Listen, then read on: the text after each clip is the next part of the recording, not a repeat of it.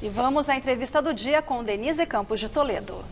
Bom, nós estamos no começo do ano, hoje foram retomados os trabalhos lá no Congresso, também no Judiciário. Nós vamos falar com o líder da oposição no Senado, o senador Randolfo Rodrigues, da Rede do Amapá. Senador, boa noite. Boa noite, Denise. Prazer estar aqui falando com todos os telespectadores da TV Gazeta. Bom, nós vamos falar sobre a agenda, sobre expectativas, mas antes, até pela repercussão que tivemos na rede social, quero falar de DPVAT, porque o senhor está sendo chamado de senador DPVAT por causa da ação que a rede apresentou e depois o ministro Supremo acabou trazendo de volta o DPVAT. Esclarece para a gente isso, por favor. Bom, diz a máxima do poeta que Narciso acha feio que não é espelho. Na verdade, essa alcunha deve ser destinada ao presidente da República. Eu vou explicar. Veja, o presidente da República foi eleito em consórcio com o partido do senhor Luciano Bivar, o PSL, que é o principal responsável pela seguradora Líder, que, por sua vez, é a principal envolvida nas denúncias de fraude do DPVAT. Ele só se separou desta parceria, dessa relação de concubinato com o senhor Luciano Bivar, em agosto, setembro do ano passado, editando uma medida provisória que, entre outras coisas, prejudicava a saúde pública, porque retirava, entre outras coisas, 6 bilhões de reais do financiamento da saúde pública e retirava o seguro daquele motoqueiro, daquele pedestre que sofre algum tipo de acidente. Quem moveu a ação não fui eu, foi o meu partido político. E o objetivo da ação não era manutenção, era principalmente a sustentação do seguro. Quem denunciou ao Ministério Público não foi o presidente da República. O presidente da República, Jair Bolsonaro, fala, mas não faz. Quem denunciou a seguradora Líder e as fraudes do DPVAT ao Ministério Público fui eu. Fiz 2 denúncias à Polícia Federal e ao Ministério Público. E o presidente da República não denuncia por uma coisa, porque ele tem relações íntimas, tem relações de financiamento dele e do seu partido político. Agora, obviamente, existe uma milícia digital de muitos robôs, montadas no gabinete do ódio, que está junto do gabinete do presidente da República, que tenta, de todas as formas, intimidar a oposição. Mas, Denise, comigo não, violão, eu já passei por muita coisa na política, e não é qualquer tipo de milícia, seja ela virtual ou real, que nos intimidará. Porque uma investigação tem que acontecer em relação ao DPVAT, tem muita fraude, uma série de coisas, e isso serviu de argumentação para acabar com o seguro, que é importante, né? E outra coisa, é o seguinte, a redução dos valores só se deve à ação que foi movida. É bom que se diga isso. Ou seja, o presidente da República irresponsavelmente trata a história, não diz o que vai garantir o seguro do motociclista que sofre acidente aqui na Avenida Paulista ou nas ruas por aí pelo Brasil. Ao mesmo tempo, não pede a investigação que se deve em relação às fraudes. Quem faz o pedido de investigação somos nós. E como o pedido de investigação pode atingir ele, o que é que ele tenta fazer é distorcer os fatos. É uma prática do protofascismo, isso parece claro, é uma prática autoritária do fascismo. Contar a mentira várias vezes para que a mentira se torne verdade, princípio já ensinado pelo ministro da propaganda de Hitler. Agora, senadora, como é que fica o papel da oposição diante de todo esse cenário que nós temos hoje? O governo tem uma agenda importante, por exemplo, há um encaminhamento de uma agenda econômica, principalmente, que tenta reorganizar a economia brasileira, que passou por uma crise seríssima em várias frentes, desequilíbrio fiscal. E aí, quando a oposição se coloca contra determinadas pautas do governo, aí não é só a milícia digital que age. Boa parte da população vê a oposição contra essa reestruturação da economia. Como é que fica o papel da oposição? E o que não é verdade, viu, Denise? Eu costumo dizer, a oposição que procuramos fazer não é oposição sistemática, mas também não é situação automática. O problema é que nós temos uma prática agressiva por parte do próprio presidente da República, que vem dos seus filhos e alguns dos seus ministros, que não aceita qualquer tipo de divergência. Nós queremos contribuir em muitas agendas com o governo, tem pautas que nós queremos debater e construir juntos. Agora, o que nós não podemos aceitar e não aceitaremos é, primeiro, ações que aprofundem a desigualdade no país, ações que ameacem a democracia e os direitos individuais no país, que foi a muito custo conquistado, trazido. Foi muito sacrifício conquistado pelos brasileiros. Agora, em relação a algumas das pautas principais que nós temos na área econômica, reforma tributária, que já tem uma proposta de tramitação no Senado e se tenta fazer uma comissão mista com a Câmara, que tem outra proposta, o governo deve apresentar também a proposta dele, além de outras sugestões, e reforma administrativa, que ainda deve ser encaminhada também pelo governo. Sobre reforma tributária, o que eu considero mais importante a essa altura, e nós da oposição estamos à disposição para contribuir com ela, Denise, mas o que eu considero mais importante é como nós vamos mudar o sistema tributário regressivo que nós temos no país, que penaliza os mais pobres. Quem está nos assistindo aqui sabe, por exemplo, quanto custa a tarifa de energia elétrica que ela vai pagar no final do mês. 49% dessa tarifa de energia elétrica é de tributos. E são tributos municipais, estaduais e federal. Ou seja, se fala na Constituição que não é possível bitributação no Brasil. Em relação à tarifa de energia elétrica, tem quase uma tributação, né? Então, nós temos que começar a tratar concretamente sobre isso. Eu acho importante a ideia de simplificação dos tributos. A construção de um tributo único, por exemplo, está assim na proposta da Câmara, que é a constituição do IBS. Vamos ter uma polêmica para resolver sobre a origem e o destino em relação ao ICMS, que é uma polêmica que vem desde a Constituição de 1988. Mas acho que nós poderíamos direcionar o debate da reforma tributária numa outra vertente. Como nós modificamos a tributação que penaliza os mais pobres. O custo da tarifa de energia elétrica, o custo do gás de cozinha, o custo dos derivados do petróleo, o custo dos alimentos de primeira necessidade. É dessa tributação que nós da oposição queremos mais concretamente debater. Mas e nós não queremos é um bom só ponto debater. De partida, a proposta que está lá no Senado pode ser o ponto de partida? Pior, tem 3 propostas, né, Denise? Tem uma proposta da Câmara. Mas uma do ex-deputado Rauli, que está lá no Senado. Tem uma proposta da Câmara, que, entre outros, institui o IBS, a proposta do ex-deputado Rauli, que está lá no Senado, e uma proposta do governo que ele ainda não disse bem qual é, que com aspectos das duas. Nós vamos ter que... Eu, assim, quero ser sincero, eu quero ser realista.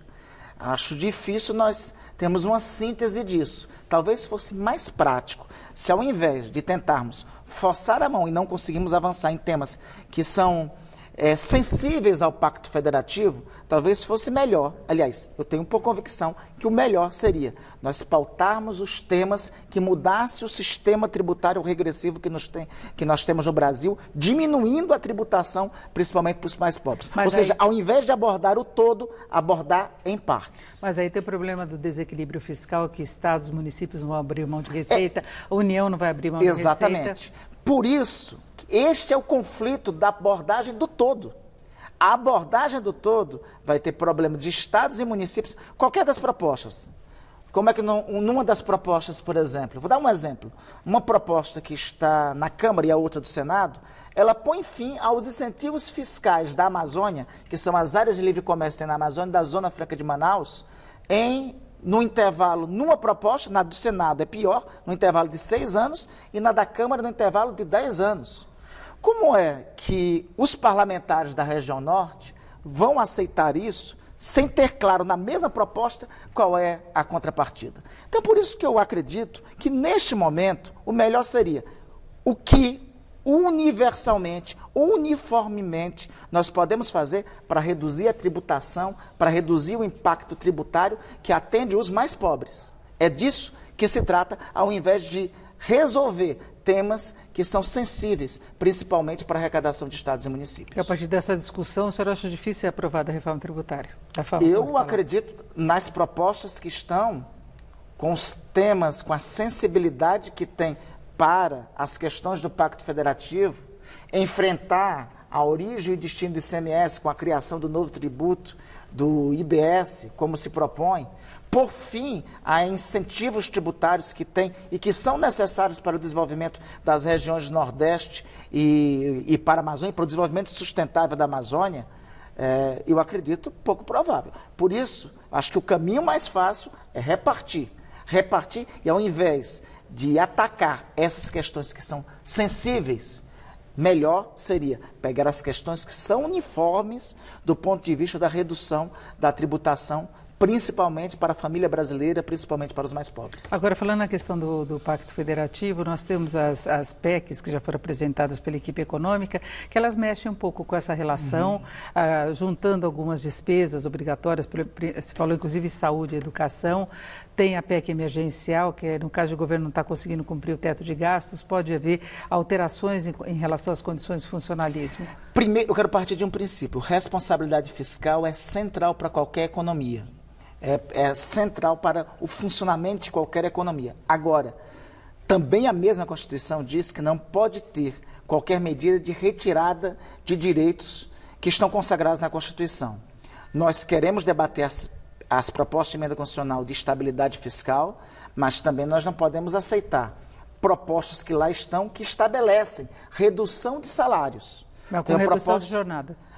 Mas tem uma proposta que estabelece, por exemplo, redução de salários de servidores públicos de 25%. Esse tipo de proposta, alguém está pensando, eu sou plenamente favorável de redução de salários, do teto funcionalismo, ou de debate sobre o teto funcionalismo. Não tem problema em relação a isso. O problema é que as propostas que estão lá sendo debatidas é de redução de salário de servidores que recebem até R$3.000, que recebem até 4, 5 salários mínimos, né? Isso daí fere princípios constitucionais, né? Então, nós vamos ter um cuidado na abordagem desses temas. Agora, senador Randolfo, sair um pouco de economia em relação a outras pautas, por exemplo, como prisão em segunda instância, que prometeram a discussão agora na retomada dos trabalhos, e tem ainda o juiz de garantia. Pois é. Sobre a questão do juiz de garantia, eu acho que essa controvérsia é para ser resolvida agora pelo Supremo Tribunal Federal, né? Sobre segunda instância, estão inventando um pouco a roda com a proposta que está na Câmara dos Deputados. Eu acredito que não precisa enfrentar isso do ponto de vista constitucional. A questão da segunda instância no meu entender, passa mais concretamente por uma interpretação do texto que está na Constituição. E isso pode se dar na Lei de Processo Penal. Então, sou mais favorável ao debate que já iniciou no ano passado no Senado e nas propostas que estão tramitando na Comissão de Constituição e Justiça e que tem que avançar. E que é um rito mais simples. O Congresso também não pode dar sinais trocados à sociedade. Não pode optar por um caminho só porque este caminho é mais difícil para fazer de conta que resolveu a situação. O Congresso tem como resolver concretamente a situação. E a resolução concreta, mais fácil, para ser apresentada à sociedade, é o projeto que está no Senado e que precisa simplesmente ser votado na CCJ do Senado e depois ser votado no plenário e seguir para a Câmara. Agora, Denise, você falou da reforma fiscal, da reforma tributária. Tem uma reforma, essas reformas são sendo pautadas pelo governo. Nós temos que pautar uma outra reforma também. Veja, nós estamos tendo o aprofundamento da pobreza no Brasil. Dados recentes dão conta que nos últimos 4 anos o número de moradores de rua daqui da Grande São Paulo aumentou para 60 mil. E, ao mesmo tempo, nós não tivemos no ano passado, embora tenha tido o pagamento do 13º de programas sociais como o programa do Bolsa Família, nós não tivemos o reajuste de programas sociais como este. Ou seja, quando nós temos tido o aumento da população vulnerável no país, o aumento da desigualdade, o aumento da pobreza, nós não temos tido, na contrapartida, medidas para atender esse tecido social que está derretendo. O que eu considero justo, que eu acho que o Congresso tinha que pautar, era uma agenda social. Programas como os programas de bolsa não podem ser programas de governo.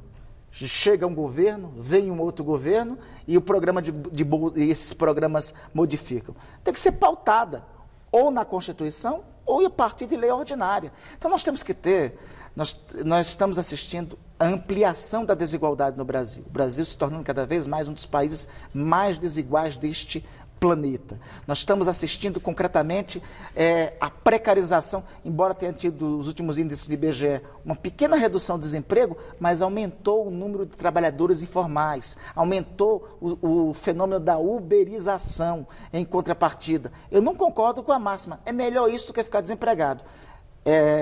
Condição de subemprego, condição de subtrabalho. É temporária, né? Na verdade, e é uma condição temporária. E veja, esse impacto da redução do desemprego que teve de janeiro, contemos que teve o impacto das vendas de dezembro. Isso é sazonal. Daqui a pouco Daqui a pouco nós podemos estar caminhando para o problema crônico de 12% e 12 milhões de brasileiros desempregados. Então, tem uma questão social aí que está batendo na nossa porta, que precisa de uma resposta por parte do Congresso. O Congresso não pode ficar só refém das propostas que estão vindo do Executivo. Perfeito. Eu conversei aqui com o senador Randolfo Rodrigues, da Rede do Amapá, líder da oposição no Senado. Senador, muito obrigada. Eu que agradeço, Denise. Uma boa noite, Laerte, Luciana.